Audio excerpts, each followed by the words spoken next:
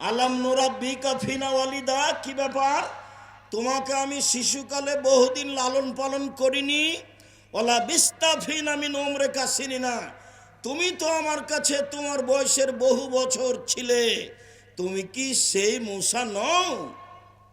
অফালতা ফালাতাকা আল্লাতি ফালতা, তুমি যা করেছ, তুমি তোমার কর্ম করেছ, এক থাপ্পড়ে তুমি মানুষ মেরেছ, আনতা মিনাল কাফিরিন, তুমি বড় অকৃতজ্ঞ। ফিরআউন মূসার সামনে এই ঘোষণা দিল। যখন মূসা আলাইহিস সালাম বললেন দাস হয়ে থাকতে রাজি নই, মূসা আলাইহিস সালাম বললেন কালা ফালতোহা, জি আমি এক থাপ্পড় মেরে মানুষ মেরেছি, থাপ্পড় দিয়ে মানুষ মেরেছি, এ কথাই ঠিক। এদান ওয়ানা মিনাল দাল্লিন, তখন আমি ভুল পথে ছিলাম। ফারারতু মিনকুম, আমি তোমার ভয়ে পালিয়ে গেছি। লাম্মা খিফতুকুম, যখন ভয় করেছি তোমার কাছে থাকলে তুমি আমাকে হত্যা করবে, আমি বহু পথ অতিক্রম করে চলে গেছিলাম। ফাওয়াহাবালি রব্বি হুকমান, আমার প্রতিপালক আমাকে জ্ঞানে গুণে পূর্ণ করেছেন। ওয়াজআলানি মিনাল মুরসালিন, আমাকে নবী করেছেন। ওয়াতিলকা নি'মাতুন তামুন্নুহা আলাইয়া, হ্যাঁ আপনি আমার প্রতি অনুগ্রহ করেছেন, শিশুকালে আপনি আমাকে লালন পালন করেছেন, অনুগ্রহ করে আপনি খোটা দিয়েছেন, এই সুবাদে আপনি বানি ইসরায়েলকে দাস দাসীতে পরিণত করেছেন, আপনি বড় উদ্ধত স্বৈরাচার সীমা লঙ্ঘন করেছেন। সেই দিন মূসা আলাইহিস সালাম ফিরআউনের সামনে এইভাবে ঘোষণা দিয়েছিলেন, সরকারের কাছে টাকার জন্য যেতে হবে না, সরকারের কাছে দাওয়াতের জন্য যেতে হবে, নিজের স্বাধীনতার জন্য যেতে হবে, নিজের ব্যক্তিত্ব হারানোর জন্য সরকারের কাছে যেতে হবে না। ফিরআউন কোনো সাধারণ সরকার নয়, ১৫০০ বছর থেকে বলে আসছে আমি আল্লাহ। এরকম এক ব্যক্তির কাছে যে মূসা এভাবে বলছেন, বলছিলাম এই জাহেলিয়াতের যুগ একটার পর একটা চলে আসছে, তারা মেয়েদেরকে মাটিতে পুঁতে দিয়েছে, তাদের সাথে জেনা অন্যায়ের কোনো হিসাব নেই। জাহেলিয়াত মানেই জাহেলিয়াত। স্বামী মারা গেলে 1 বছর তাকে শোক পালন করতে হবে বাড়ির পিছন দিকে কুঁড়ে ঘরে, জাহেলিয়াত, বুখারী মুসলিমের হাদিস। স্বামী মারা গেলে, হিন্দুরা তো স্বামী মারা গেলে বাস বিবাহ হবে না, বিধবা বিবাহ বাতিল। বঙ্কিমচন্দ্র চেষ্টা করে, রাজা রামমোহন রায় চেষ্টা করে, খুব একটা সফল হতে পারেনি, আজও হয় না। হাজারো মেয়ে কম বয়সে মারা গেছে, বাপের বাড়িতে আছে, ভিক্ষা করে খাচ্ছে, তারা এটা গ্রহণ করেনি, তারা শিক্ষিত মানুষ নয়, তারা মেয়েদের দাম দিতে হবে কিভাবে জানা নাই, জানেনি তারা। জাহেলিয়াতের যুগে স্বামী মারা গেলে 1 বছর বাড়ির পিছন দিকে থাকতে হবে একটা কুঁড়ে ঘরে, তাদেরকে খাবার দেওয়া হতো ওই প্লেটে, যে প্লেটে চুলা থেকে ছাই উঠানো হয়, ওদেরকে খাবার দেওয়া হতো পানির একজন একটা টিনের প্লেট ময়লাযুক্ত। 20 কুষ্ঠ হলে মানুষকে যেভাবে প্লেট বাসন দিয়ে থাকে সেইভাবে বিধবা নারীকে দেওয়া হতো। 1 বছর পরে তাদের বৈধ হওয়ার জন্য, স্বামী মারা গেছে শোক পালন থেকে পবিত্র হওয়ার জন্য অনেক সমস্যা ছিল, সেই সমস্যাগুলো বুখারীতে উল্লেখ হয়েছে। আপনাকে আমি মুখামুখি বলতে লজ্জা পাচ্ছি, তাই ছেড়ে দিলাম। জাহেলিয়াতের যুগে মেয়েদের দাম দেওয়া হয়নি। মহান আল্লাহ বলেন অকারনা ফি বুয়ুতিকুন্না ওয়ালা তাবাররাজনা তাবারুজাল জাহিলিয়াতুল উলা, হে মুসলিম মহিলা তোমরা বাড়িতে থাকো। বর্ণতার যুগে, বর্বরতার যুগে, অসভ্যতার যুগে নারীরা যেভাবে যৌবনকে বিক্রি করে, বর্বরতার পরিচয় দিয়ে রাস্তাঘাটে ঘুরতো, সেভাবে ঘুরো না, তোমাদের মান সম্মান আছে। জাহেলিয়াতকে লক্ষ্য করে আল্লাহ বলছেন ওয়াইদা বুশরা আহাদুহুম বিল উনসা দাল্লা ওয়াজহুহু মুসওয়াদ্দান ওয়া হুয়া কাযীম, জাহেলিয়াতের যুগে যদি কোনো মেয়ে জন্ম নিত তাহলে বাপের মুখ কালো হয়ে যেত, সে বাড়িতে লুকিয়ে থাকতো, দোকানপাটে বাজারে যেত না, মানুষে লজ্জা দিবে সেই জন্য। একটা মেয়ে হওয়াতেই সে চিন্তা করতো আইনসুকা হালাহুনিন, আমি আদুসহুফে তোরাব, অপমান অবস্থায় মেয়ে বাড়িতে রেখে দিব না মাটিতে পুঁতে দিব? যদি রেখে দিই অপমান সুনিশ্চিত, আর যদি পুঁতে দিই বালাই চলে গেল। তাই তারা নিজে হাতে মেয়েকে মাটিতে পুঁতে দিত। কায়েস ইবনে সাবিত নিজে বলছেন, ওয়াআত সামানিয়া বানাতিন লি, আমি আমার 8টা মেয়েকে নিজে হাতে মাটিতে পুঁতে দিয়েছি। আল্লাহ রাসূলের সামনে এসে বিবরণ দিচ্ছেন, এর নাম জাহেলিয়াত। সুন্দর করে গর্ত খুঁড়েছে, গর্ত খুঁড়ে সুন্দর করে মেয়েকে সাজিয়ে নিয়ে গেছে। সাজিয়ে নিয়ে যাওয়ার পরে মেয়েকে বলছে, আম্মু দেখো তো নিচে কি। তখন মেয়ে তো বাপের সাথে আছে, যেমন নিচে দেখতে গেছে তেমন মেয়েকে ধাক্কা দিয়ে গর্তে ফেলে দিয়েছে। আব্দুর রাজ্জাক সাহেব, এটা হয় কি করে? আজও আপনার হবে, এটাই সহজ আপনার জন্য। কি বলেন আপনি? আমরা আজকে মেয়েকে এভাবে মাটিতে পুঁতে দিতে পারবো? হ্যাঁ, অবশ্যই পারবেন। বলি আপনাকে, আপনি আপনার মেয়েকে ঢাকা বিশ্ববিদ্যালয়ে পড়াচ্ছেন, টাকা পয়সা খরচ করছেন, বারবার জিজ্ঞাসা করছেন, আম্মু কেমন আছো, টাকা লাগলে বলিও, তোমার ভাইয়ার কাছে নিও। এভাবে বলতে বলতে হঠাৎ একদিন শুনছে যে আপনার মেয়ে অমুক মদখোরের সাথে চলে গেছে। তখন আপনি বলছেন যে তোকে ত্যায্য পুত্র করলাম, তোকে জবে করব, তোকে যদি পাই তো টুকরা টুকরা করে করত নদীতে ভাসিয়ে দিব। তো এখনই তো একটু আগে চুমা দিচ্ছিলেন আপনি আর টাকা পাঠাচ্ছিলেন, এখন মেয়ে তো একটাই, যদি 2টা হয় তাহলে আপনার তো মন দুর্বল হয়ে গেছে। দাদি দাদি বলছে, নানি বলছে, কি করবি রে তুই, একটা ডিপি স্কুল না, একটা গাভী নেই। তো 3টে যখন মেয়ে হয়েছে তখন দাদি নানি বলছে, বউ তালাক দে, এ বউ চলবে না। এইটাই কি জাহেলিয়াত নয়? এটাই জাহেলিয়াত। একটু 19-20 সালে আপনি মেয়েকে ত্যায্যপুত্র করে তাকে জবে করে করত নদীতে ভাসিয়ে দিতে চাচ্ছেন। এটাই ছিল তাদের কাছে সমস্যা। মেয়েরা নিজেরা সম্মান নিতে পারেনি। বেগম রোকেয়া যেভাবে মেয়েদের অপমান করেছে, তাই তো রংপুর জেলার মহিলা আবারও বই লিখলেন, কেন হবো অবরোধবাসিনী। ঠিক সেভাবে মহিলারা নিজে নিজে জাতির কাছ থেকে সম্মান হারিয়ে মাটিতে মিশিয়ে গিয়ে ইহুদি খ্রিস্টানদের নীতিতে পরিণত, ইহুদি খ্রিস্টানদের অপমান গ্রহণ করতে চায়। স্কিন পায়জামা পরে জাতিকে অঙ্গ প্রত্যঙ্গ দেখিয়ে শিক্ষা প্রমাণ করতে চায়। যেটা বন্যতা, যেটা বর্বরতা, যেটা অসভ্যতা, যেটা কুকুর শ্রীগালের চরিত্র, সেটাই পছন্দ করে আপনার কারণে।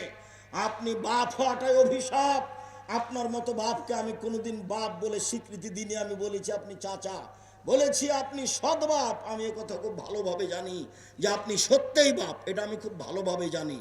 আপনি সত্যিই বাপ, কিন্তু আপনার স্বভাবের কারণে, আপনার দুশ্চরিত্রের কারণে, আপনার শিক্ষার অভাবের কারণে, আপনার বোকামির কারণে আপনি আপনার মেয়েকে এইভাবে ধ্বংস করেছেন। তাই তো রাসূল সাল্লাল্লাহু আলাইহি সাল্লাম বলেছেন, 3 শ্রেণীর মানুষ কখনো জান্নাতে যাবে না। এক, আর রাজুলাতু মিনান নিসায়ে, পুরুষের বেশধারী নারী, যারা পুরুষের জুতা স্যান্ডেল পরে, যারা পুরুষের শার্ট প্যান্ট পরে, যারা পুরুষের পোশাক পরে, তারা জান্নাতে যাবে না। ও দায়ুস, আর আপনি যাবেন না। আপনি যে ওই মেয়ের বাপ, যে মেয়ে পোশাক পরে সেই মেয়ের পিতা আপনি, যার কারণে আপনি যাবেন না। এই কথা মুহাম্মদ সাল্লাল্লাহু আলাইহি সাল্লাম বলেন। মুগিরা ইবনে শুবা রাদিয়াল্লাহু তাআলা আনহু বলেন, আল্লাহর নবী বলছেন, আল্লাহ তাআলা হারাম করেছেন, এক, উকুকাল উম্মাহাত, মায়ের অবাধ্য চলা হারাম। ঘুম থেকে উঠে দেখে মনে হচ্ছে মায়ের মতো বড় শত্রু আর কেউ নেই। টিস্যুটা দেখি, মায়ের মতো বড় শত্রু আর কেউ নেই। মাটির ওপরে সবচেয়ে খারাপ মানুষ হলো মা, এটাই মনে হচ্ছে। আল্লাহর নবী বলছেন সবচেয়ে বড় হারাম হচ্ছে মায়ের অবাধ্য চলা। 2, মানাওয়াহাতিন, কৃপণতা অবলম্বন করা। 3, অদুল বানাত, মেয়েকে মাটিতে পুঁতে দেওয়া। মেয়েকে মাটিতে পুঁতে দেওয়া হতো, তার নাম জাহেলিয়াত। জাহেলিয়াতকে উপেক্ষা করে আল্লাহর নবী যা বললেন, আল্লাহর নবী যা করলেন, লম্বা আলোচনার সংক্ষিপ্ত আপাতত এখানে শুরু করি। আল্লাহর নবী যা বললেন এটা আগে বলি, তারপর আল্লাহর নবী যা করলেন এটা পরে বলি। জাহেলিয়াত দূর করার জন্য তিনি যা বললেন, তাতে তিনি বললেন, পৃথিবীর মানুষ শুনে রেখো, মান আলা জারিয়াতাইনে, কেউ যদি 2টা মেয়ের লালন পালন করে, হাত্তা তাবলগা, বিবাহ দেওয়ার বয়স পর্যন্ত বিবাহ দিয়ে দেয়, ফাজ্জাও হুয়া ওয়া আনা ফিল জান্নাতে হাকাজা, তাহলে সে মেয়ের বাপ আর আমি জান্নাতে এভাবে থাকবো। আঙ্গুল দুটি জমা করে দেখালেন। মনে রাখা ভালো হবে, আল্লাহর নবীর সাথে থাকা জান্নাতে অতীব কঠিন কাজ। একজন সাহাবী সন্ধ্যা রাতে আল্লাহ রাসূলের সামনে একটা মেশক আর পানি নিয়ে যে দিলেন, তাহলে রাসূল খুশি হয়ে গেলেন। বেশ ভালো তো, তুমি বুদ্ধি রাখো, তুমি সালমা শেতা, তুমি আমার কাছে কিছু চাও, যা চাইবে তোমার মন চাই সেটাই চাও। তখন সাহাবী বলছেন, আসআলুকা মুরাফাকাতাকা ফিল জান্নাত, জান্নাতে আপনার সাথে থাকতে চাই। তখন আল্লাহ রাসূল বলছেন, আগারে দালেক, না না না না, এটা নয়, এটা নয়, এটা নয়, অন্যটা অন্যটা অন্যটা বলো। তখন সাহাবী বলছেন, হোয়া জাকা, এটাই চাই। তখন আল্লাহ রাসূল বলছেন, আইনি বে কাসরাতি সুজুদ, তাহলে আমাকে তাহাজ্জুদ পড়ে সহযোগিতা করো। রাতে তাহাজ্জুদ না পড়ে আমার সাথে জান্নাতে থাকা যাবে না। নিয়মিত রাতে তাহাজ্জুদ পড়ে জান্নাতে রবের সাথে থাকা যায়, এ ব্যাপারে তিনি বলেছেন। তিনি বলেন, দুইটা মেয়ের যদি কেউ লালন পালন করে, তাহলে আমি আর সেই পিতা একসাথে জান্নাতে এইভাবে থাকব। তখন তিনি তর্জনী এবং মধ্যমা আঙ্গুল দুটি জমা করে দিলেন। এইখানে আর একটা কথা আছে, তিনি বলেছেন, মানালা কাফুলিল ইয়াতীম, কেউ যদি এতিমের লালন পালন করে, সেই ব্যক্তি আর আমি জান্নাতে এইভাবে থাকব। তখনও তিনি তর্জনী এবং মধ্যমা ইশারা করে দেখালেন, তবে দুইটার মধ্যে একটু ফাঁকা রাখলেন। এতিমের লালন পালন করলে আমার সাথে থাকা যাবে, তবে একবারই সাথে নয়। এই যে হাদিস বুখারী মুসলিম, কেউ যদি দুইটা মেয়ের লালন পালন করে, তাহলে সেই পিতা আর আমি একসাথে। তিনি বলেন, পৃথিবীর মানুষ শুনে রেখো, মানা আলা সালাসা বানাতিন, কেউ যদি তিনটি মেয়ের লালন পালন করে, ফা আল্লামাহুন্না, লালন পালন মানে ফা আল্লামাহুন্না, তাকে বিদ্যা শিখিয়ে দেয়, ওয়াদ্দাবাহুন্না, তাকে শিষ্টাচার শিখিয়ে দেয়, অকাসাহুন্না, তাকে কাপড় পরিধানের ব্যবস্থা করে দেয়, তার ওয়া আকলাহুন্না, ওর খাওয়ার ব্যবস্থা করে দেয়, তাহলে কুন্নালাহু সিতরান ইয়াউমাল কিয়ামা মিনান নারে, বিচারের মাঠে ওই মেয়ে তিনটি বাপকে জান্নাতে নিয়ে যাওয়ার জন্য জাহান্নাম থেকে অন্তরাল হয়ে যাবে। ওই দিকে থাকবে জাহান্নাম, এই দিকে থাকবে পিতার, মধ্যে থাকবে তিনটা মেয়ে। মেয়ে তিনটি আল্লাহকে বলবে, আমার পিতাকে আগে জান্নাতে দেন, তারপরে কোনো কথা। একবারে শক্তভাবে বেঁকে বসবে, যতক্ষণ পর্যন্ত তিনটি মেয়ের পিতা জান্নাতে যাবে না, ততক্ষণ পর্যন্ত মেয়ে তিনটি সেখান থেকে সরে যাবে না, অন্তরাল হয়ে আছে। ওদিকে আছে জাহান্নাম, এদিকে আছে পিতার, মধ্যে আছে মেয়েরা। 10টা ছেলে লালন পালন করলে 1 পয়সা লাভ হবে, এই কথা মুহাম্মদ সাল্লাল্লাহু আলাইহি ওয়াসাল্লাম বলেননি। তো ছেলেকে পড়াবেন, শিক্ষা দিবেন কেন? জন্ম দিয়েছেন এই জন্য। যদি শিক্ষা না দেন, এখন যা পাপ করবে সব আপনার, যা পাপ করবে সব আপনার। ছেলে বলছে যে আমার বয়স 30-35 বছর, তবু আমার বাপ বিবাহ দেয় না, তখন আমি নিরুপায় হয়ে জেনার সাথে থাকি। যত জেনা আছে সব পাপ আপনার। যত মোবাইলে ল্যাংটা মেয়ে দেখে আপনার ছেলে চক্ষু ঠান্ডা করছে, কলিজা ঠান্ডা করছে, মন ঠান্ডা করছে, সব পাপ আপনার। আল্লাহ রাসূল বলছেন, পৃথিবীর মানুষ শুনে রেখো, আমার উম্মতের উপরে আমি আশঙ্কা করে গেলাম গোপন পাপের। মোবাইলে মানুষ এভাবে গোপন পাপ করবে, এটা রাসূল সাল্লাল্লাহু আলাইহি ওয়াসাল্লাম জানতেন না, তবে তিনি বলে যাচ্ছেন, আমার উম্মত গোপন পাপে লিপ্ত হবে, এটাই আমার আশঙ্কা।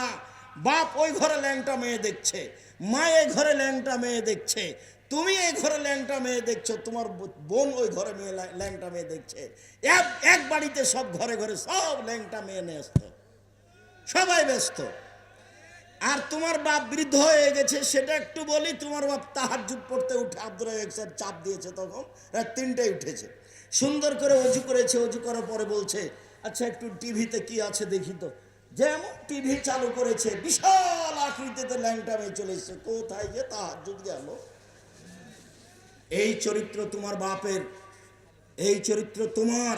দোকানে বসে বসে তোমার বাপ ঘন্টার ঘন্টা সময় কাটায়, এশার সালাত আদায় করতে গিয়ে মাথায় টুপি পড়ে মাথায় দিয়ে দোকানে বসে থাকে, দোকানে ল্যাংটা মেয়ে নাচে। তোমার বাপ এখন বলুক যে আমি ভালো মানুষ। আল্লাহর নবী এশার সালাতের পরে কথা বলাকে ঘৃণা করতেন, আল্লাহর নবী এশার সালাতের পূর্বে ঘুমিয়ে যাওয়াকে ঘৃণা করতেন। হাদিস বুখারী মুসলিম। আমি বলেছি বাড়িতে প্রেসিডেন্ট আইয়ুবের মতো করে মার্শাল জারি করে রাখতে হবে, কারফিউ। রাত 10টার পরে কেউ এখানে জেগে থাকতে পাবে না।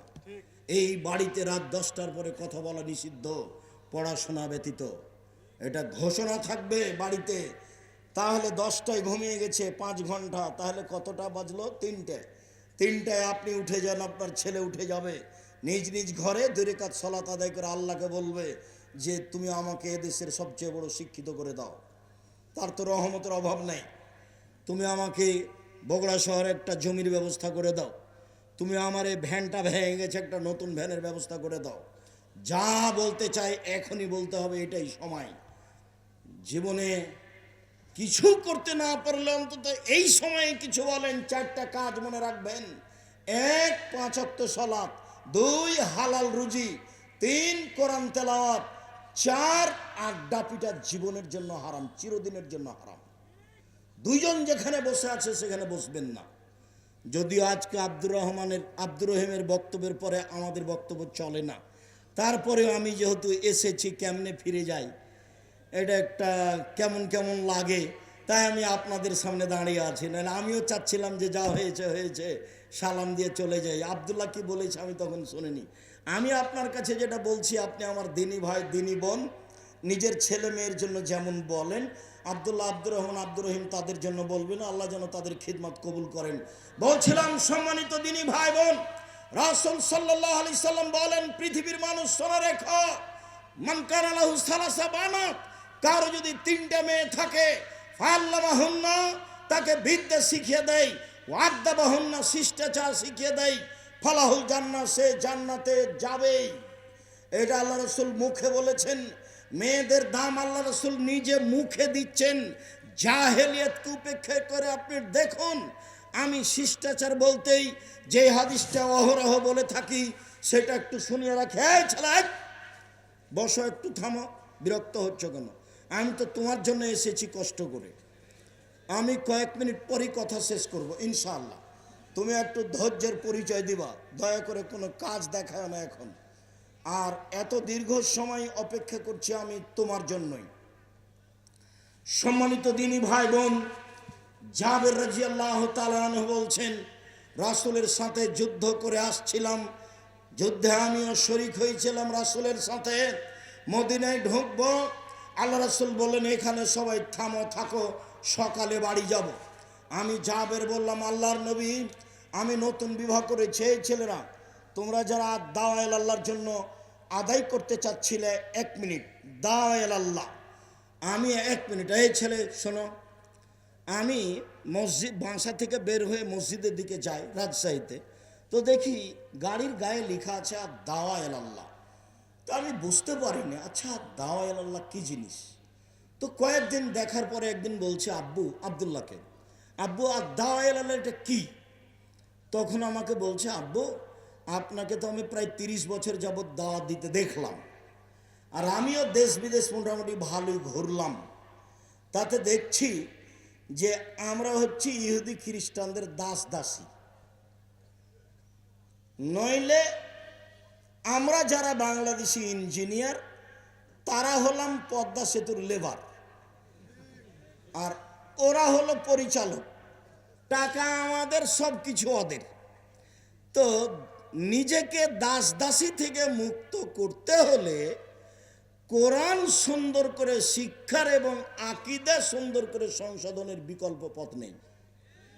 তাই আমি চিন্তা করলাম একবারে সারা বাংলাদেশ জুড়ে, টেকনাফ থেকে তেঁতুলিয়া, আমি সারা বাংলাদেশ জুড়ে মক্তব পরিচালনা করব।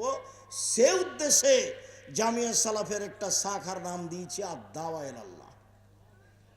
আল্লাহর পথে দাওয়াত, মসজিদ ভিত্তিক শিক্ষা কার্যক্রম, দাওয়াতি কার্যক্রম মসজিদ ভিত্তিক চলবে। আপাতত 450 মসজিদ চালু আছে জামিয়া সালাফের পক্ষ থেকে।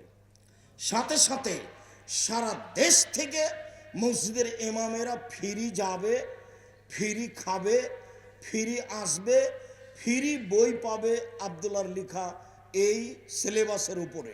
এটা চালু করেছে। আপনি প্রশিক্ষণে যাবেন, খুব উচ্চমানের শিক্ষক রাখা আছে প্রশিক্ষণের জন্য, অনেক টাকা বেতন দিয়ে। আপনি ফ্রি যাবেন, ফ্রি থাকবেন, ফিরে আসবেন।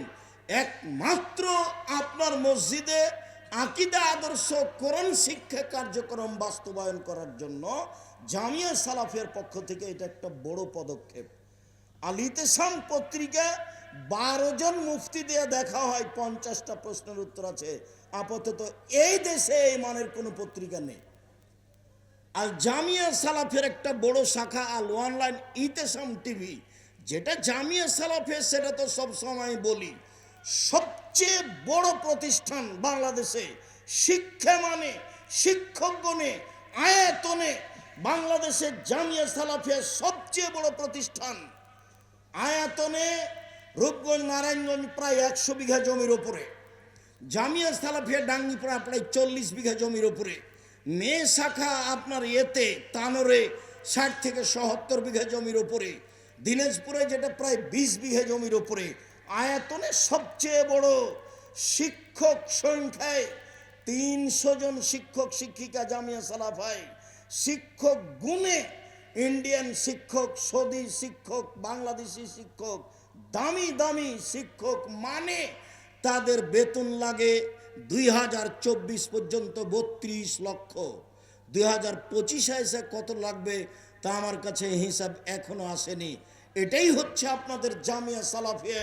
এইটাকে আপনি মনে রাখবেন। শুনুন, রাসূল সাল্লাল্লাহু আলাইহি সাল্লাম এবার জাহেলিয়াতকে লাথি মেরে মেয়েদের মর্যাদা দিতে গিয়ে বলছেন, পৃথিবীর মানুষ শুনে রেখো, ইন্নাল ইয়াহুদা কানু ইয়াজাহাজাত ফীহিম, যখন ইহুদিদের মধ্যে কোনো মেয়ে ঋতুবতী হতো তখন তারা তাদেরকে বাড়ির পিছনে রেখে আসতো। ছি ছি ছি ছি ছি, ও পচে গেছে, ওর সাথে কথা বলা হবে না, ও যেন বিছানায় হাত না লাগায়, ও যেন ভাতের পাতিলে হাত না লাগায়, তাকে পিছনে রেখে দিয়েছে। সাহাবীগণ বলেন, আল্লাহর নবী, এই যে মহিলারা ঋতুবতী হলে ইহুদিরা এরকম করছে, তো আপনি কি বলছেন? তখন আল্লাহ রাসূল বলছেন, ইসনাউ কুল্লা শাইইন ইল্লা নিকাহ, ঋতুবতী মহিলার সাথে স্ত্রী মিলন ব্যতীত যা কিছু তোমার শান্তি তৃপ্তির জন্য তাই করো। ঋতুবতী হয়েছে তাতে কি হবে? তোমার বিছানে থাকবে, তোমার সাথে থাকবে, তোমার সাথে কথা বলবে, তোমার সাথে মান সম্মান ভোগ করবে, তোমার সাথে খাবে, তোমার সাথে চলবে, যে কোনো প্রয়োজনে তোমার সাথে থাকবে। হাদিস বুখারী মুসলিম। এই ঘোষণা যখন আল্লাহর নবী দিলেন তখন ইহুদিরা বলল, মাইরিদা হাজার রাজুল আইয়াদানা ফি আমরিনা কুল্লা শাইইন ইলা ইউখালিফানা ফি। আরে কেমন মানুষ গো মোহাম্মদ, কত খারাপ মানুষ, শুধুমাত্র আমাদের বিরোধিতা করা তার কাজ, সবটাতেও আমাদের বিরোধিতা করে। এমনকি ঋতুবতী নারী হলেও সে আমাদের বিরোধিতা করে, সে এই ঘোষণা দিয়েছে। আয়েশা রাদিয়াল্লাহু তাআলা আনহা বলেন, ইন্নী কুনতু ইকতাসালতু মান নবী সাল্লাল্লাহু আলাইহি সাল্লাম মিন ইনাইন ওয়াহিদিন কালানা জুনুবুন, আমি এবং আল্লাহর নবী অপবিত্র অবস্থায় এক পাত্র থেকে পানি নিয়ে গোসল করতাম। এই কথা বলার পরে তিনি বলছেন, ফা আমারানি, তিনি আমাকে আদেশ করতেন, আত্তাজেরা, আমি ঋতু অবস্থায় স্ত্রী অঙ্গে একটি অতিরিক্ত কাপড় ব্যবহার করব, ফায়ুবাসিরনি, তারপর তিনি আমার শরীরের সাথে শরীর মিশিয়ে থাকতেন। ইউবাসের মানে আমার শরীরের মাঝে আর রাসূলের শরীরের মাঝে কোনো কাপড় থাকতো না। ওয়ানা হায়েস, তখন আমি ঋতুবতী। ইহুদি বলেছে ও পচে গেছে, বাড়ির পিছন দিকে রেখে আসো, ছাই তোলা প্লেটে তাকে খেতে দিতে হবে, ময়লা গিলাসে তাকে পানি দিতে হবে, ও যেন বাড়ির ভিতরে না আসো, বিছানে হাত লাগাতে পাবে না, পাতিলে হাত লাগাতে পাবে না। আয়েশা রাদিয়াল্লাহু তাআলা আনহা বলেন, আল্লাহর নবী আমার গায়ের সাথে গাও লাগিয়ে কাপড় ছাড়াই রাত অতিবাহিত করতেন। আয়েশা রাদিয়াল্লাহু তাআলা আনহা বলেন, ওয়ান্নাহু ইখরাজ রাসাহু ইলাইহি ওয়া আনা মুতাকিফ, তিনি ইতিকাফ অবস্থায় ইতিকাফে বসে আছেন, মাথাটা আমার দিকে আগিয়ে দিয়েছেন, লিয়াগসিলাহু, যাতে করে আমি তার মাথাটা ধুয়ে দিই, ওয়ানা হায়েজ, তখন আমি ঋতুবতী। মুহাম্মদ সাল্লাল্লাহু আলাইহি সাল্লাম নারীদের সাথে যা আচরণ করেন তা আয়েশার মাধ্যমে জাতির সামনে দিয়ে গেছেন। আয়েশা রাদিয়াল্লাহু তাআলা আনহা বলেন, আমি আশরাবুল মা, পানি পান করতাম গিলাসে, সুম্মা উনাবেলহু, আমি তারপর রাসূলের হাতে দিতাম, ফায়াদা ফাহু আলা মাওজিফিয়া, গিলাসের ওখানেই মুখ লাগাতেন যেখানে আমি মুখ লাগিয়ে পানি পান করেছি, তখন আমি ঋতুবতী। এই কথা আয়েশা রাদিয়াল্লাহু তাআলা আনহা বলেন। আয়েশা রাদিয়াল্লাহু তাআলা আনহা বলেন, আন-নবী সাল্লাল্লাহু আলাইহি সাল্লাম ইয়াত্তাকাউ ফি হিজরি, আল্লাহর নবী আমার উরু রানের ওপরে মাথা দিয়ে কোরআন মাজিদ পড়তেন, তখন আমি ঋতুবতী। কোরআন মাজিদ আল্লাহর দেওয়া গ্রন্থ, পাক পবিত্র গ্রন্থ। আয়েশা ঋতুবতী মহিলা, তার উরু রানের ওপরে মাথা রেখে আল্লাহর নবী কোরআন মাজিদ পড়তেন। আয়েশা রাদিয়াল্লাহু তাআলা আনহা বলেন, একদা আল্লাহর নবী বললেন, না বেনিল খুমরা মিনাল মসজিদ, আয়েশা মসজিদ থেকে তুমি চাটাইটা দাও। আমি বললাম, আমি ঋতুবতী। আল্লাহ রাসূল বললেন, ইন্না হাইজাতাকে লাইসাত ফিয়া, দেখে আয়েশা, তোমার ঋতু তোমার হাতে লেগে নেই। সম্মানিত দিনী ভাই বোন, আমি বলছিলাম রাসূল সাল্লাল্লাহু আলাইহি সাল্লাম নিজে নারীদের সাথে কি আচরণ করতে হবে তা দেখিয়ে গেছেন যখন তারা ঋতুবতী। আর যারা ভালো তারা কিভাবে চলবে স্বামীর সাথে সাংসারিকভাবে তা পূর্ণ মান দিয়েছেন। তাতে তিনি বলেছেন, পৃথিবীর মানুষ মনে রেখো, নারীদের সম্মান অনেক বেশি। তারা যদি 4টা কাজ করতে পারে, জান্নাতের সব দরজা খোলা। একটু থামেন, শেষে চলে আসে। কেউ কি গেছে এর জন্য রুমাল নিয়ে? একটু থামেন। যারা রুমাল নিয়ে যাচ্ছে ওদের হাতে 10 টাকা হোক, 50 টাকা হোক, 500 টাকা হোক, আপনি চলে যাবে সামনে দিয়ে, আপনি কিছু দিলেন না, এমনটা যেন হয় না। নইলে যেটুকু দেবার মনে করেছিলাম সেটুকু ক্ষতি হয়ে যাবে, ওটা হবেই। রাসূল সাল্লাল্লাহু আলাইহি সাল্লাম বলেছেন, তোমরা যাও, আমি আলোচনার শেষে চলে এসেছি। সম্মানিত দিনী ভাই বোন, রাসূল সাল্লাল্লাহু আলাইহি সাল্লাম নারীদের ব্যাপারে বললেন, ওরা যদি 4টা কাজ করতে পারে তাহলে জান্নাতের সব দরজা খোলা। 1, 5 ওয়াক্ত সালাত, 2, রমজান মাসে রোজা। এই ছেলে একটু থামো, ওই যে ওরা আসছে, তারপরে উঠবো আমরা। 2 হচ্ছে 5 ওয়াক্ত সালাত, রমজান মাসের রোজা। 3, স্বামীকে মেনে চলা। 4 হচ্ছে জেনায় লিপ্ত না হওয়া। মহিলারা যদি জীবনে এই 4টা কাজ করতে পারে তাহলে তারা জান্নাতে চলে যাবে। সম্মানিত দিনী ভাই বোন, যাওয়ার আগে আর একটা কথা মনে রাখবেন, কেন নির্যাতন কি তার প্রতিকার, এই বই স্টেজেই আছে। সাথে সাথে কেন হবো অবরোধ বাসিনী, বেগম রোকেয়ার বিরুদ্ধে যেটা লেখা হয়েছে সেটাও এখানে আছে। সম অধিকার নয় মর্যাদা চাই, এই বই এখানে স্টেজে আছে। আব্দুল্লাহর বই আছে ফিলিস্তিনের ব্যাপারে, অতীব গুরুত্বপূর্ণ। বুখারীর ব্যতিক্রম ব্যাখ্যা সেটাও আছে। আমি খাকসার সাধারণ মানুষ যা লিখেছি তাও আছে দোয়ার উপরে, এবং উপদেশ, আজকের যে আলোচনা করছিলাম এটা উপদেশ বইয়ে আছে। সকল দিনী ভাই বোনকে আমি আমাদের আজকের আলোচনা মেনে চলার অনুরোধ জানিয়ে, আর দায়ের আল্লাহকে সম্ভবপর যতটুকু সম্ভব হয় সহযোগিতা করার অনুরোধ জানিয়ে